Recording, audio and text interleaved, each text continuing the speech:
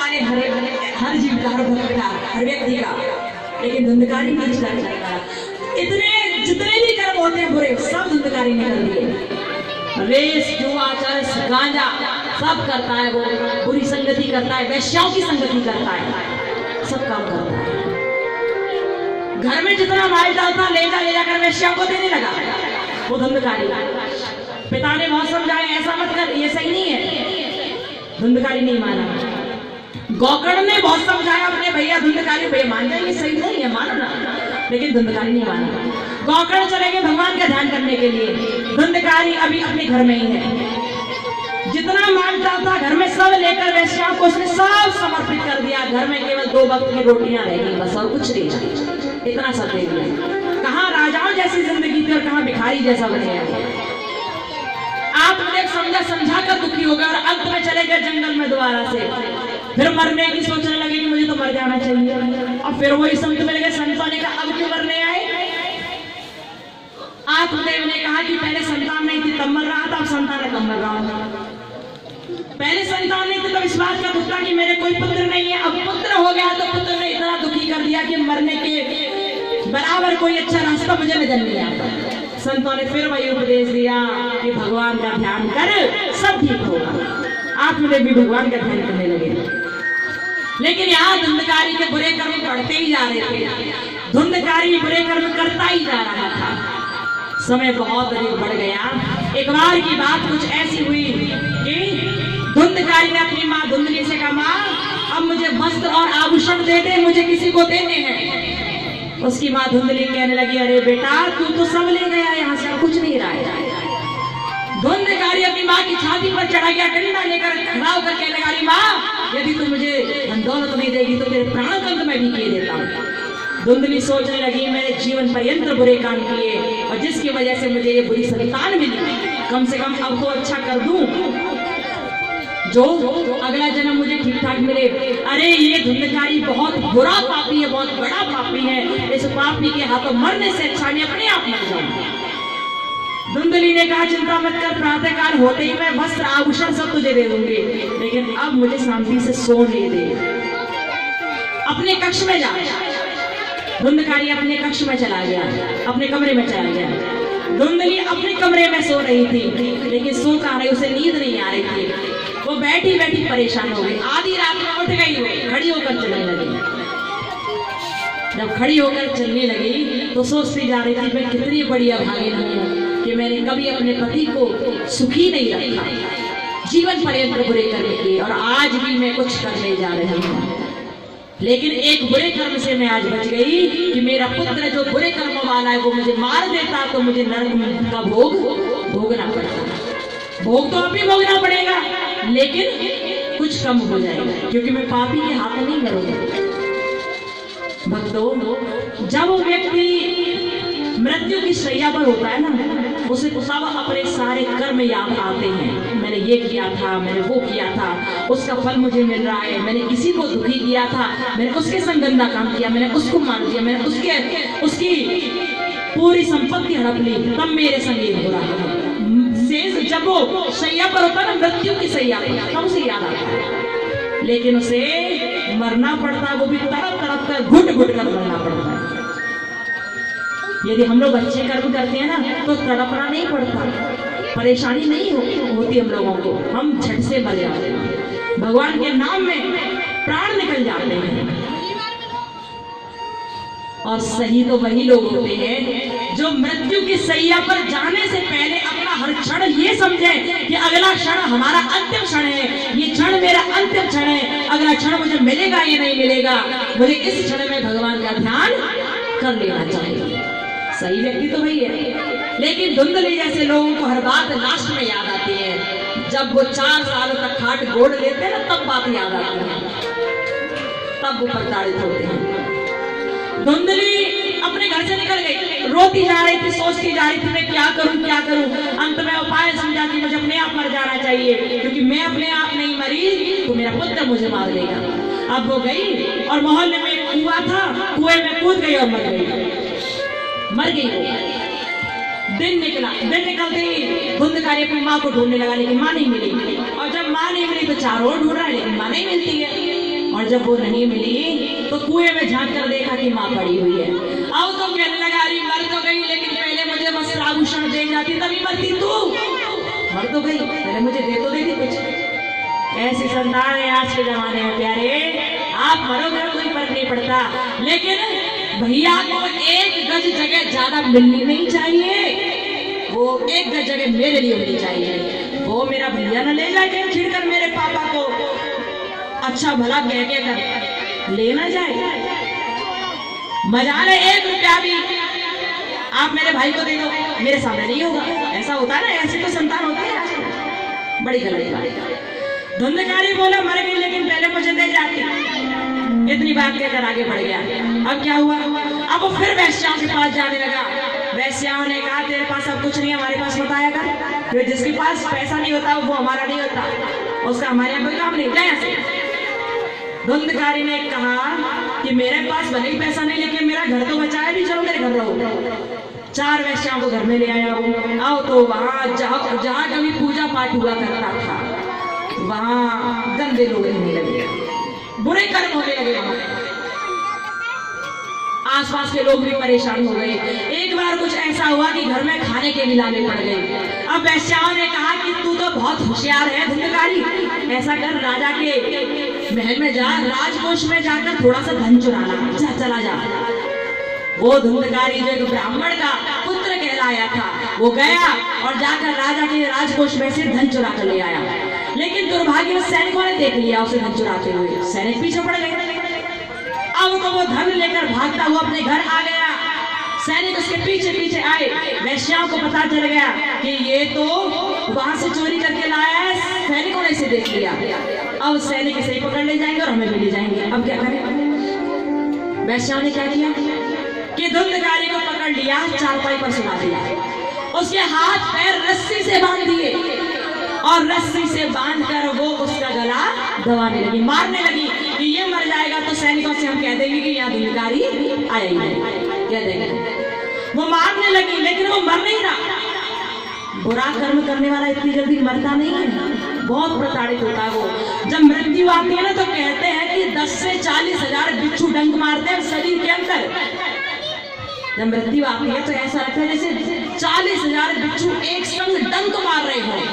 इतनी परेशानी होती है, तभी तो व्यक्ति घबराता। आपने देखा होगा ऐसे करता, बोल नहीं पाता, आवाज बिल्कुल बंद हो जाती है लोगों की। क्यों?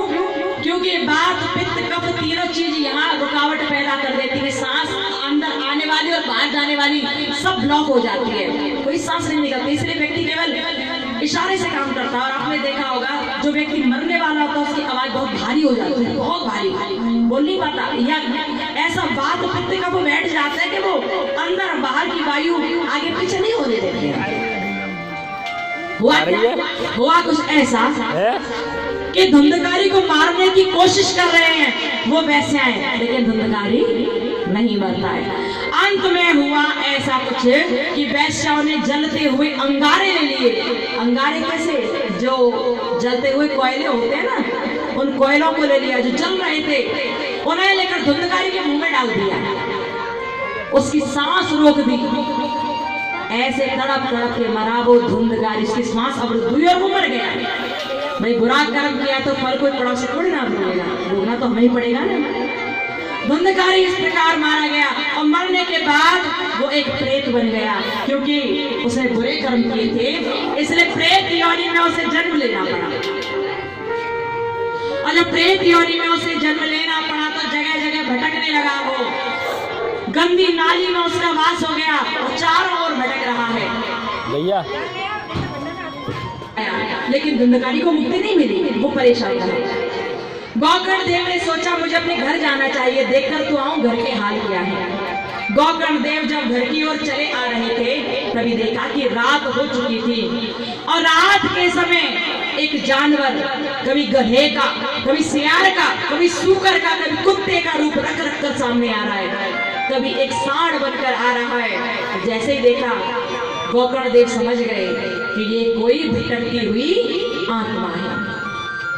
जो भगवान के भक्त होते हैं ना, वो आत्मा को नजर तो आ जाती है, लेकिन आत्मा उस भक्त पर कोई किसी भी प्रकार का प्रहार नहीं कर पाती। दूर रहती है उसे, नजर तो आती है, समझ तो आता कि ये है, समझ आता है। गौकर्ण देव समझ गए कि ये कोई आत्मा है जो बहुत परेशान है। गौकर्ण देव ने अपने हाथ की अंजलि पर जल लिया और जल लेकर उस आत्मा के ऊपर छिड़क दिया। उस जानवर जो बार बार बन बन कर आ रहा है उसके ऊपर छिड़क दिया, और जैसे ही उस जल को छिड़का है तभी गौकर्ण देव ने कहा, तुम जो भी कोई हो अपने वास्तविक रूप में मेरे सामने प्रकट हो। वो धुंधकारी वास्तविक रूप में आ गया, लेकिन अब पानी की तरह लग रहा है, वो हवा से बनकर दिख रहा है, उसका वास्तविक रूप नजर नहीं आ रहा, केवल एक मानव का शरीर दिख रहा है, हवा से बनकर आ गया है। और जैसे बनकर आया, गौकर्ण देव ने कहा, कौन हो तुम, क्या बात है, क्यों भटक रहे हो? वो धुंधकारी रोने लगा और रोते रोते बोला, अहम भ्राता त्वदीयो अस्मि धुंधकारीत नामतः स्वकीयेनैव दोषेण ब्रह्मत्वं नाशितं मया। उसने कहा, अहम भ्राता त्वदीयो अस्मि, मैं तुम्हारा भाई हूँ प्रिया गौकर्ण, मैं धुंधकारी हूँ, बुरे कर्मों की वजह से मुझे बड़ा फल भोगना पड़ रहा है, मेरी मृत्यु वैश्याओं के द्वारा हुई, इसलिए मैं प्रेत बनकर भटक रहा हूँ। गौकर्ण मुझ पर कृपा कर दो, बस मुझे ठीक कर दो, क्योंकि ये जो हवा चल रही है ना, ये मुझे नोचती है, मुझे परेशान करती है, ये जो दीपक जलते हैं ना दिन में, ये मुझे दुखी करते हैं, मैं देख नहीं पाता, मैं जल रहा हूँ, मुझे कैसे भी ठीक कर दो। जब गौकर्ण से ये बात धुंधकारी ने कही तो इस बात को सुनकर गौकर्ण देव बोले, भैया मैंने आपके नाम से पिंडदान किया, लेकिन आप फिर भी नहीं ठीक हो पाए, उद्धार नहीं हुआ आपका। धुंधकारी रोने लगा, रोते हुए बोला, मैं नहीं ठीक हो पाया गौकर्ण, ये रात का अंधेरा भी भले ही मेरी शक्ति को प्रबल कर देता है, लेकिन मुझे इससे भी डर लगने लगता है, बस कुछ कर दो जिससे मैं ठीक हो जाऊं। गौकर्ण देव सूर्य देव के बहुत बड़े उपासक थे, उन्होंने वहीं खड़े होकर हाथ की अंजलि में जल लिया। अंजलि का मतलब तो जानते हो ना, सुबह जब यह यज्ञ हो रहा था, हमारे भैया बार बार कह रहे थे अंजलि में जल ले लो, बहुत से लोगों को शायद ये नहीं पता होगा अंजलि क्या चीज है। यानी कि हाथ की जो बीच में आप ऐसे हाथ करते हो, ऐसे बीच में गड्ढा बन जाता है, गड्ढा, इसे कहते हैं अंजलि। हाथ की अंजलि में जल लेना, हथेली में जल लेना। तो क्या हुआ, गौकर्ण देव ने अपने हाथ की अंजलि पर जल लिया और जल लेकर सूर्य देव का ध्यान किया, और जैसे ही सूर्य देव का ध्यान करते हुए जल को आकाश की ओर ऊपर फेंका, तभी सूर्य देव वहां पर प्रकट हो गए। तो सूर्य भगवान की जय हो। सूर्य देव के प्रकट होते ही गौकर्ण देव उनके चरणों में गिर गए और गिर कर कहने लगे, प्रभु तुभ्यं नमो जगत से ब्रूहि ब्रूहि में मुक्ति हेतुकम् ते श्रुवादुरतः सूर्य स्फुट में शभासतः श्रीमद् भागवतानां मुक्तिः सप्ताहं वाचनं कुरु इति सूर्यवचः सर्वे धर्म रूपम तो विष्णुकम। गौकर्ण देव ने कहा, प्रभु तुभ्यं नमो प्रभु, आपके चरणों में मैं बार बार प्रणाम करता हूँ प्रभु, आप मुझ पर ही कृपा कर दीजिए। सूर्यदेव ने कहा, कैसी कृपा? अब तो गौकर्ण देव ने कहा, प्रभु मेरा भैया बहुत परेशान है, आपको मन कर भटक रहा, उसको सही कर दीजिए ना। सूर्य देव ने कहा, इसने बुरे कर्म किए, फल तो भोगने दो, इससे तड़पने तो दो इसे। गौकर्ण देव ने हाथ जोड़े और कहा, प्रभु मेरे पुण्यों का फल इसे दे दो, पर इसे ठीक कर दो। इसे कहते हैं भाई, जो परेशानी में भाई के साथ खड़ा हो जाए, कितना भी बुरा रहे तू, लेकिन मैं तेरे साथ हूँ, मैं कोशिश करूंगा कि तू सही हो जाए, मैं कोशिश करूंगा कि तू जो गिर रहा है ना वो उबर जाए। इसे कहते हैं भाई। हजार कर्म बुरे किए भाई ने, लेकिन फिर भी भाई का साथ नहीं छोड़ा भाई ने, वो है भाई। गौकर्ण देव ने सूर्यदेव से कहा, प्रभु इसे ठीक कर दो, मेरे पुण्य देव से। सूर्यदेव ने कहा, ऐसा कर 7 दिन की भागवत कथा इसे सुना, इसका उद्धार हो जाएगा, बुरे कर्मों से इसको मुक्ति मिल जाएगी, इसे बुरे फलों से मुक्ति मिल जाएगी। गौकर्ण देव ने ऐसा ही किया। 7 दिन की भागवत जी की कथा का विधान रचा। 7 दिन तक गौकर्ण देव ने भागवत जी की कथा सुनाई धुंधकारी को। और सुनाई कैसे जानते हो? धुंधकारी को पकड़ा और बैठा दिया चौकी पर। लेकिन जैसे ही भगवान के नाम का जयकारा लगा तो धुंधकारी भागने लगा। ये जो बुरी आत्मा होती है ना, भगवान के नाम से बहुत डरती है, बहुत डरती है। भगवान के नाम के आगे टिक नहीं पाते, भागते हैं, दूर भागते हैं। धुंधकारी परेशान हो गया, भागने लगा। गौकर्ण देव ने मंत्रोच्चारण करके उसको पकड़ा और पकड़कर एक हरे बांस को लिया और 7 गांठ वाले हरे बांस के भीतर धुंधकारी को पकड़ के बैठा दिया। हवाएं हवा तो कहीं बैठ सकती है। बांस कैसा? 7 गांठ वाला हरा बांस। जब किसी की मृत्यु हो जाएगी और उसकी मृत्यु को सुलभ करने के लिए, उसकी अकाल मृत्यु को साकार बनाने के लिए जब कोई व्यक्ति भागवत कथा कराता है तो वहां पर एक हरा बांस गाड़ा जाता है। यदि ये कथा भी किसी स्पेशल व्यक्ति के मृत्यु को सुधारने के लिए हो रही होती तो यहाँ पर भी एक हरा बांस गाड़ा जाता है। उस हरे बांस पर नारियल बांधा जाता है और उसी हरे बांस में स्थान दिया जाता प्रेत को। प्रेत के नाम की चौकी सजाई जाती है जिस पर उसका वास कराया जाता है। यहाँ पे नहीं तो उस बांस के भीतर बैठ बांधा जाता है जंजीरों से। जंजीर किसकी? मंत्र की जंजीरों से।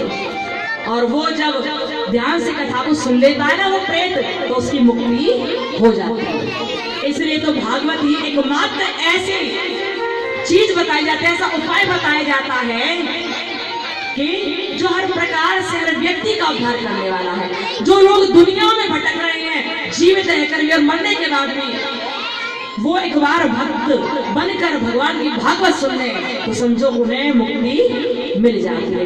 इसलिए तो भक्तों, जिनके घर में अकाल मृत्यु हो जाती है वो भागवत कथा को कराता है। जरूरी भी है। ये यहाँ जो कथा हो रही है, आप सभी जानते हो कि कोरोना काल में बहुत लोग खत्म हुए हैं, बहुत लोगों ने अपने शरीर को छोड़ा है, प्राण त्यागे हैं। लेकिन अपने तो यहाँ पर बिना कोरोना काल के चले गए।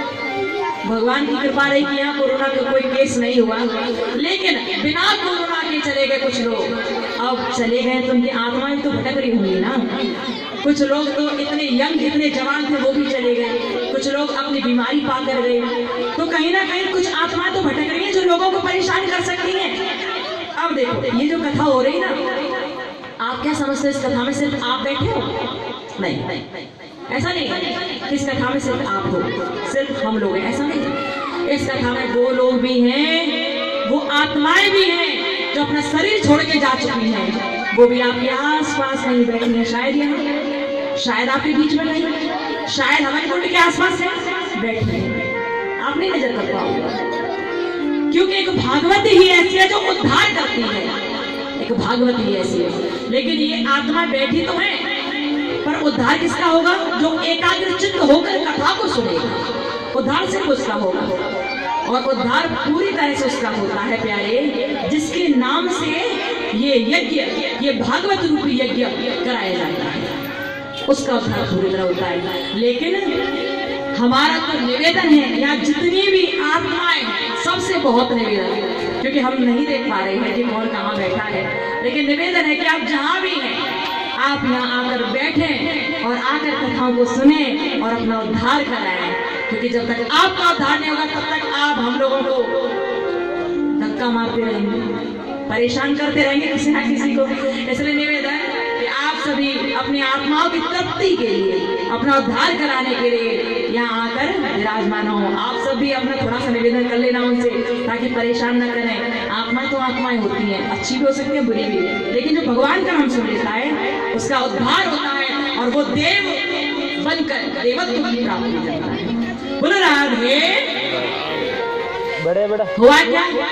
गौकर्ण देव ने 7 दिन तक कथा सुनाई धुंधकारी को हरे बांस में बैठा कर। पहले दिन की कथा हुई, हरे बांस की पहली गांठ चटक गई। दूसरे दिन की कथा हुई, हरे बांस की दूसरी गांठ चढ़ गई।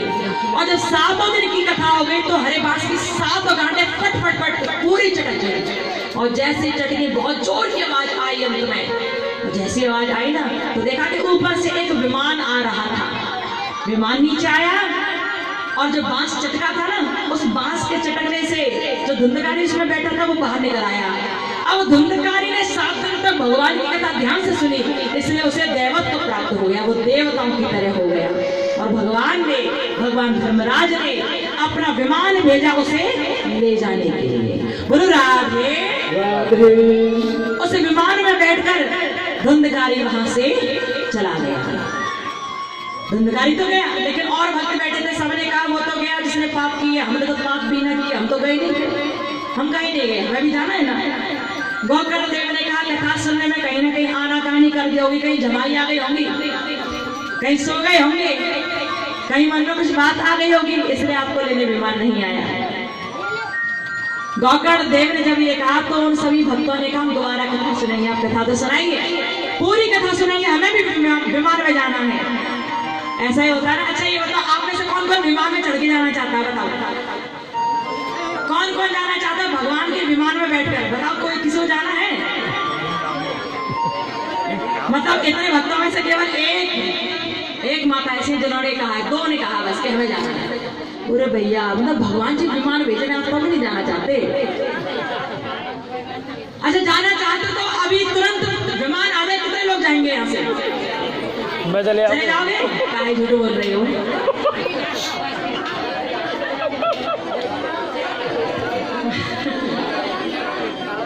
विमान आ जाए, एक भी नहीं उठेगा।